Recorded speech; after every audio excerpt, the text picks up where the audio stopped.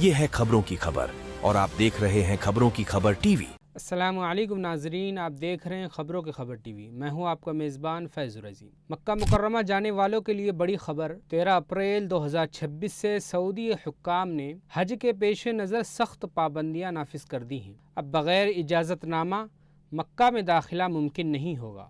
हुक्काम के मुताबिक सिर्फ उन अफराद को दाखिले की इजाज़त दी जाएगी जिनके पास बाकायदा हज इजाज़तनामा मौजूद होगा, जबकि सियाहती या उम्रह वीज़ा रखने वाले अफराद को हज अदा करने की इजाज़त नहीं दी जाएगी। मज़ीद ये कि 18 अप्रैल 2026 के बाद आम वीज़ा रखने वालों के लिए मक्के में दाखिला मुकम्मल तौर पर बंद कर दिया जाएगा। शहर के तमाम दाखिली रास्तों पर सख्त चेकिंग जारी है और बग़ैर इजाज़त आने वालों को फौरी वापस किया जा रहा है। हुकाम ने खबरदार किया है कि खिलाफ वर्जी करने वालों के खिलाफ सख्त कानूनी कार्रवाई की जाएगी। इसलिए आज़मीन हज से अपील की गई है कि वो सिर्फ सरकारी इजाज़त के साथ ही सफ़र करें और तमाम कवायद व ज़वाबित पर अमल करें। और जो लोग हज या उम्रह जाने के लिए इरादा रखते हैं, ख़ास तौर पर वो जो कर्ज़ लेकर या किसी गलत तरीक़े से जाने की कोशिश कर रहे हैं, वो ज़रा रुक कर सोचे, क्या अल्लाह के घर की हाज़िरी ऐसे तरीक़े से होनी चाहिए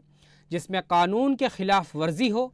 याद रखिए, इबादत सिर्फ नीयत से नहीं बल्कि सही तरीक़े से अदा करने से कबूल होती है। अगर आज आप सब्र करेंगे और दुरुस्त रास्ता इख्तियार करेंगे तो अल्लाह खुद रास्ता आसान करेगा। जल्दी और गलत तरीक़ा आपको मुश्किल में डाल सकता है, इसलिए अपनी इबादत को महफूज रखें और हमेशा सही रास्ता इख्तियार करें, क्योंकि अल्लाह नीयत भी देखता है और तरीक़ा भी। वीडियो पसंद आए तो लाइक करें और शेयर करें और चैनल को सब्सक्राइब करना ना भूलें। अस्सलामु अलैकुम।